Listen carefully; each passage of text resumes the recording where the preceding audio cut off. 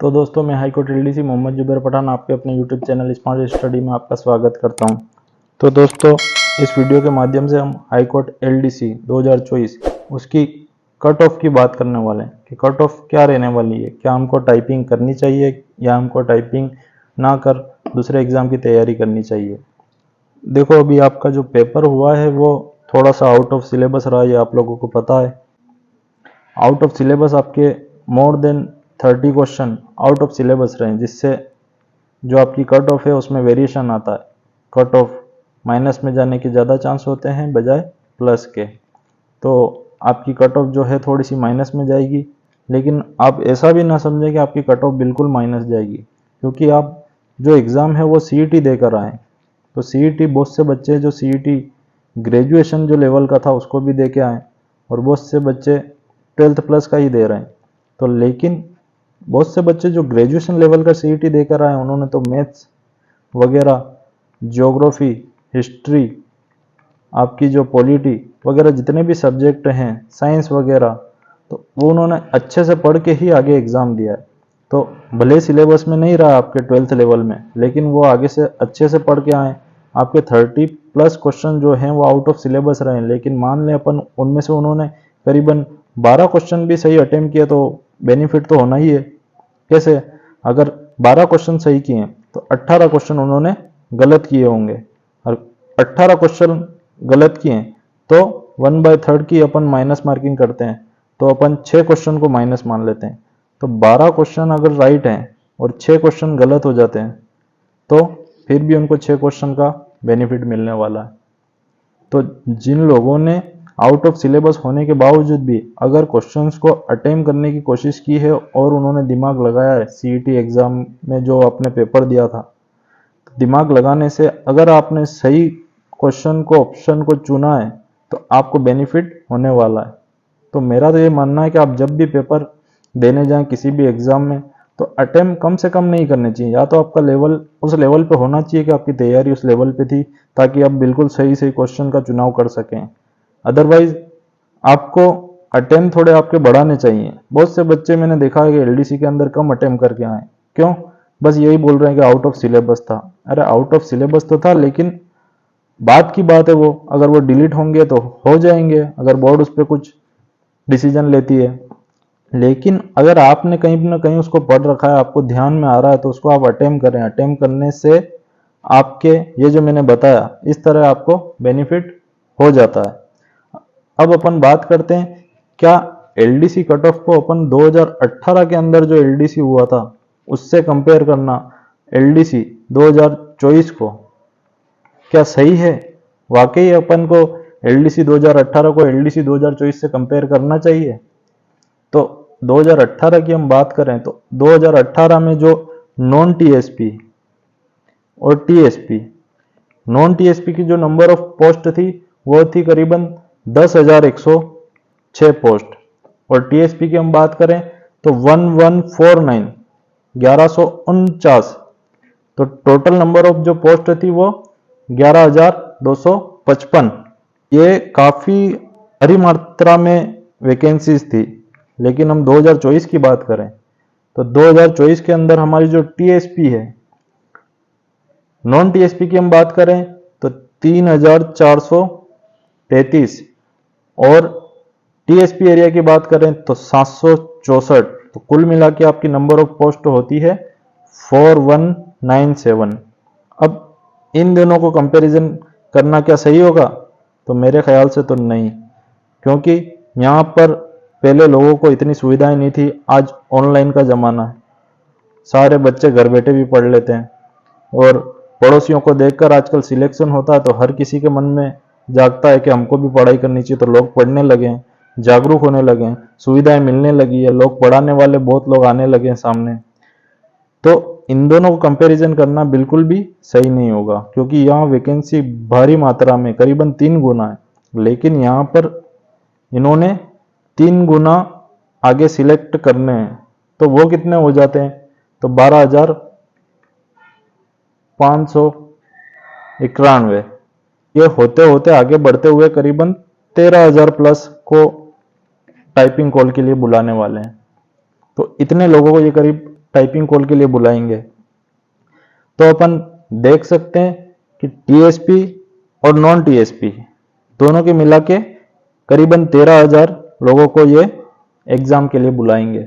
अब typing call में 13,000 लोग आएंगे तो सही, लेकिन ये वही लोग होंगे जिन्होंने सीईटी ग्रेजुएशन लेवल का भी एग्जाम दिया था, क्योंकि वो अच्छे मार्क्स यहाँ पर गेन करने वाले हैं, क्योंकि उन्होंने इन सब्जेक्ट जो 30+ क्वेश्चन है उनको भी अच्छे से उस समय देखा होगा। लेकिन बहुत से बच्चे ऐसे हैं जो 12th पढ़ के आए हैं और जिनकी मैथ्स अच्छी होगी, जो 40 क्वेश्चन में से काफ़ी क्वेश्चन अटेम्प्ट करेंगे और अच्छे मार्क्स लेकर आएंगे, तो उन लोगों के भी चांस होने के ज़्यादा चांसेस हैं। अब अपन बात करते हैं कि सीईटी का एग्जाम होने से इस पर काफ़ी असर होने वाला है। लोग बात करते हैं कि 50% भी मार्क्स नहीं आने वाले हैं और इतनी कम कट ऑफ जाएगी, तो ऐसा बिल्कुल भी नहीं होने वाला कि इतनी कम कट ऑफ जाए, क्योंकि लेवल बढ़ने लगा है, पढ़ाई का स्तर अब पहले से बढ़ने लगा है। अब हम बात करते हैं आपके एग्जाम एलडीसी 2024 की, जिसको 2018 से कंपेयर करना उचित नहीं होगा।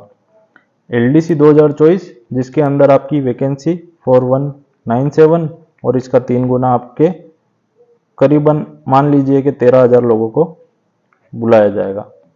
टाइपिंग कॉल आएगा, मतलब 13,000 लोगों का। तो उसमें किन लोगों का नंबर आने वाला है? तो एलडीसी 2024 के अंदर आपका एक हुआ है पेपर फर्स्ट और दूसरा हुआ है पेपर सेकंड। पेपर फर्स्ट भी आपका 150 क्वेश्चन का था और पेपर सेकंड भी आपका 150 क्वेश्चन का था। यहाँ पर आपके मार्क्स 100 मार्क्स का था और यहाँ पर भी मार्क्स 100 मार्क्स का था। इसमें जीके, मैथ, साइंस वगैरह सब्जेक्ट जो भी हिस्ट्री वगैरह आई थी आपके, और इसके अंदर आपके हिंदी और इंग्लिश के था। इसके अंदर भी इनका जो रेशो रहा है हिंदी और इंग्लिश का, वो बिल्कुल भी इक्वल नहीं रहा। इन दोनों का रेशो में भी इंग्लिश का पोर्शन थोड़ा सा हिंदी के बजाय ज़्यादा आया। जिनकी इंग्लिश थोड़ी सी स्ट्रॉन्ग थी उनको थोड़ा सा यहाँ पर बेनिफिट देखने को मिल सकता है।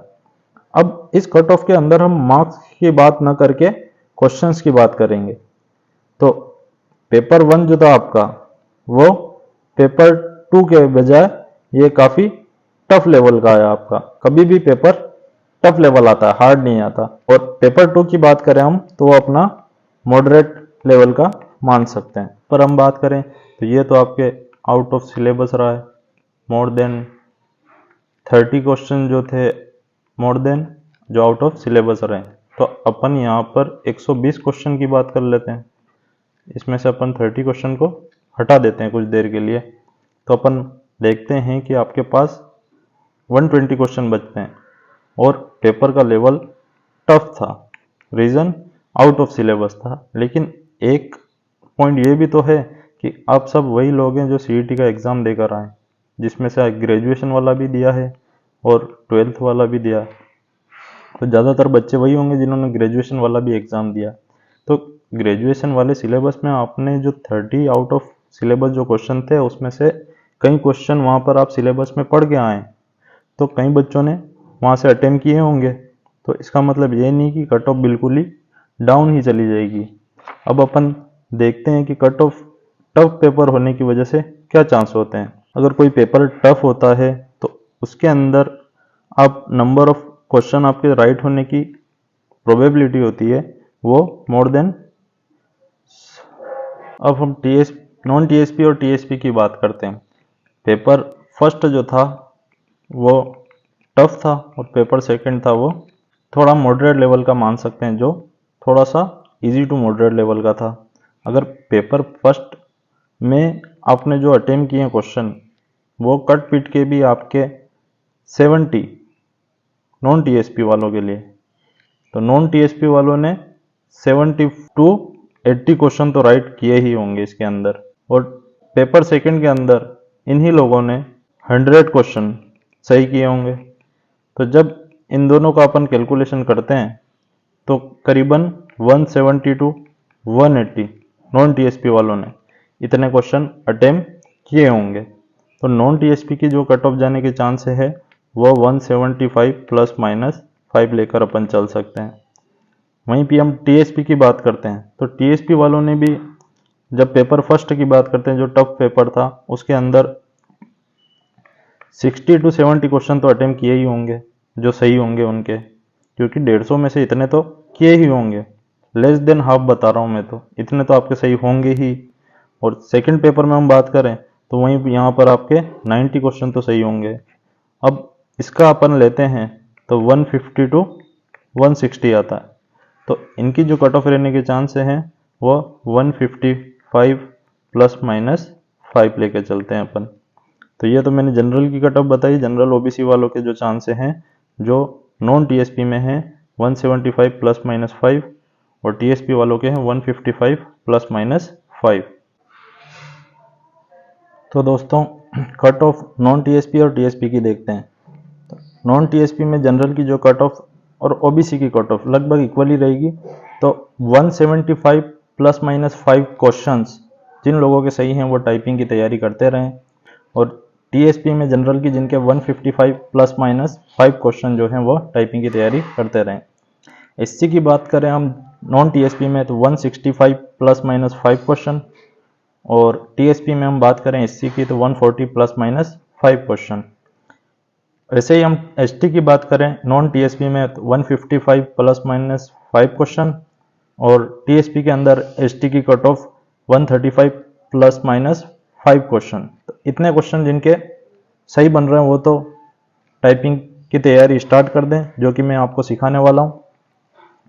तो दोस्तों और जो एक्स सर्विसमैन है, तो मुझे लगता नहीं कि एक्स सर्विसमैन इसमें बहुत ही कम गिने चुने होंगे, क्योंकि ये ऑलरेडी 2400 पे ग्रेड है, और जो पहले से होंगे एलडीसी में वगैरह वही कोई डिपार्टमेंट से डिपार्टमेंट चेंज करना चाहे तो आना चाहे, अदरवाइज कोई और एक्स सर्विसमैन यहाँ पे आने के चांस बहुत कम ही नजर आते हैं। वीडियो के अंदर जो 40% क्वेश्चन जिन्होंने 40% प्लस वाले सारे सिलेक्ट हो जाएंगे। डिवोर्सी के अंदर जो भी होंगे वो 40% प्लस जिनके भी आ रहे हैं वो भी तैयारी करें, और जो हैंडीकैप भाई हैं या बहनें हैं जिनके question 120 question plus minus 5 question बन रहे हैं वो भी टाइपिंग की तैयारी करते रहें। और हैंडीकैप में भी जिन लोगों के हाथ की प्रॉब्लम है तो उसके बारे में आप हमेशा ये ध्यान रखें कि आप एग्जाम कंडक्ट जब होता है उस वक्त बोर्ड से बात करें। आप क्या करते हैं कि पूरा एग्जाम हो जाता है, आपका मार्क्स वगैरह सब कुछ आ जाते हैं, फिर आप सोचते हैं कि अब टाइप करें या नहीं करें, हमारा एग्जाम होगा कि नहीं। आप पहले बात करें। अगर तो दोस्तों जो इन कट ऑफ के अंदर नहीं आ रहे हैं वो भी हताश ना हो, वो लोग साथ में जो बिल्कुल इनके भी बाउंड्री पर हों वो भी तैयारी करते रहें। अगर आप यहाँ से टाइपिंग सीख जाते हैं और अगली बार आपका जब एग्जाम आता है तो टाइपिंग एक बार आप सीख लिए तो स्टेज जो आपकी सेकंड है वो तो ऑलरेडी क्लियर है, तो स्टेज फर्स्ट में आपको एग्जाम देने में इतना मजा आएगा कि आपके बहुत अच्छे मार्क्स आएंगे, और स्टेज 2 ऑलरेडी क्लियर रहेगा आपका, तो आपके सिलेक्शन के चांस 100% बनते हुए आपको नजर खुद ब खुद आने लगेंगे। तो दोस्तों चैनल को लाइक करें, कमेंट करें, सब्सक्राइब करें, और वीडियो को अपने दोस्तों को शेयर करें। जो भी टाइपिंग सीखना चाहता है वो चैनल से जुड़े रहें। टाइपिंग को लाने के बाद जितने आपके एग्जाम में मार्क्स अधिक होंगे, टाइपिंग में मार्क्स उतने कम लाओगे तो चल जाएगा, आपके चांसेस अधिक रहते हैं। टाइपिंग में मार्क्स कम वेरिएशन आता है टाइपिंग की वजह से, लेकिन एग्जाम में मार्क्स जितने ज़्यादा होते हैं उतने कवर टाइपिंग से नहीं हो पाते हैं। जिनके कट ऑफ से 20-30 नंबर ज़्यादा है तो उतना वेरिएशन कंप्लीट करने में टाइपिंग स्पीड बहुत ज़्यादा बढ़ानी पड़ती है, तो जिनके मार्क्स ज़्यादा उनको उतना ही ज़्यादा बेनिफिट होगा। अब अपन टाइपिंग कैसे सीखें? कई लोग घर पे रहते हैं, कहीं इंस्टीट्यूट ज्वाइन नहीं कर पाते, जो गाँव में हैं, जो कहीं और जा नहीं सकते, तो उन लोगों को टाइपिंग सिखाने का काम मेरा है। मैं शुरू से लेकर आपको 0 लेवल से लेकर एंड तक टाइपिंग करना सिखाऊंगा। आपकी स्पीड भी बढ़ाएंगे, आपको पूरे टिप्स और ट्रिक्स उंगलियों पे बताएंगे कि आपको कैसे क्या क्या करना है, कौन कौन से प्रोसेस फॉलो करने की आपकी टाइपिंग स्पीड बढ़ने लगे। अभी आईए वालों का सेशन चल रहा है जिसके अंदर आईए वालों को सिखाया जा रहा है, जिसमें मैंने जो स्टेनोग्राफर होते हैं पीएस साहब, जो जज साहब के, उनके भी इंटरव्यू लेके बताया कि उनसे भी बातचीत की जिनकी स्पीड 70 प्लस हुआ करती थी, तो उनसे भी पूछा कि सर इतनी स्पीड आने के पीछे आपका लॉजिक क्या था, तो उन लोगों से भी जानकारी प्राप्त की है।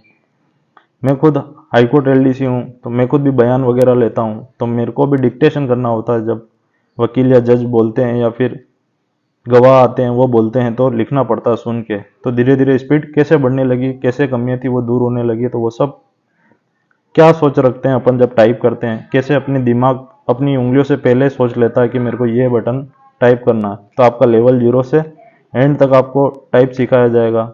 हर दिन एक वीडियो अपलोड की जाएगी, आपको एक दिन पूरा उसको फॉलो करना है, अगले दिन दूसरी वीडियो अपलोड की जाएगी। ऐसे ऐसे करके कड़ी कड़ी से आपको पूरी टाइपिंग सिखा दी जाएगी।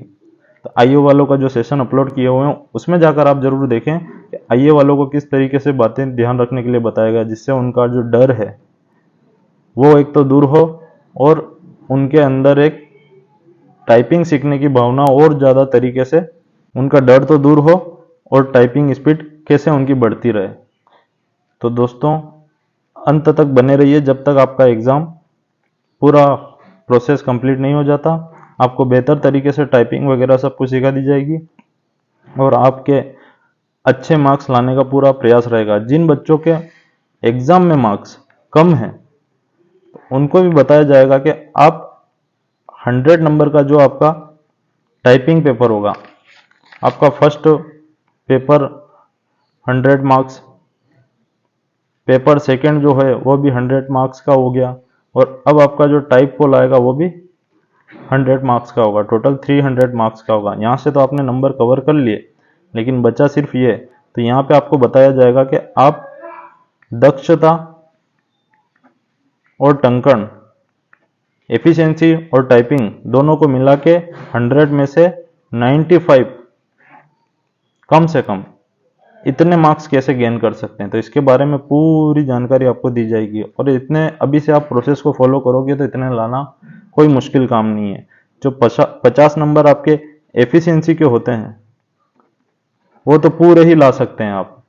सिर्फ बात रही 50 नंबर की आपकी टाइपिंग की, तो टाइपिंग में आप 50 में से 45 ले आते हैं तो आपके 100 में से 95 हो जाते हैं और आपके जब ये मार्क्स आपकी कट ऑफ के बिल्कुल नज़दीक हैं तो उसमें जुड़ते हैं तो आपके मार्क्स बढ़ने लग जाते हैं और फाइनल में आपका सिलेक्शन हो जाता है और कई बार आप अच्छी रैंक और टॉप 10 में आ जाते हैं, जिससे आपके प्रमोशन में आपको फ़ायदा होने लगता है। तो दोस्तों वीडियो कैसी लगी? वीडियो अच्छी लगी तो वीडियो को लाइक करें, कमेंट करें, सब्सक्राइब करें और चैनल से जुड़ना ना भूलें और आगे चैनल तक बने रहें। चैनल पर बने रहने से आपको टाइम टू टाइम खबर मिल जाएगी कि आगे हमको क्या करना है। तो दोस्तों शुक्रिया, फिर मिलते हैं अगले वीडियो में।